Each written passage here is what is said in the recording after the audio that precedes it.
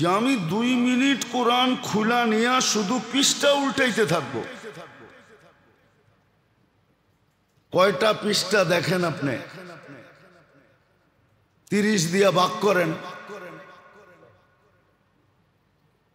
কয়টা কোরআনে পৃষ্ঠা এটা দেখেন।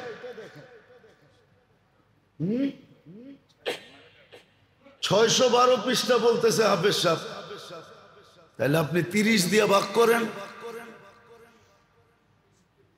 30 দিয়ে আপনি ভাগ করেন। ভাগ করে আপনি ডেলি এক বেলা বৈশা ওই কটা পৃষ্ঠা উল্টান। আপনি পড়তে পারেন না? পৃষ্ঠা উল্টান। কমসে কম পৃষ্ঠা উল্টানের সাথে আপনার কোরআনের লগে নিসবত হোক।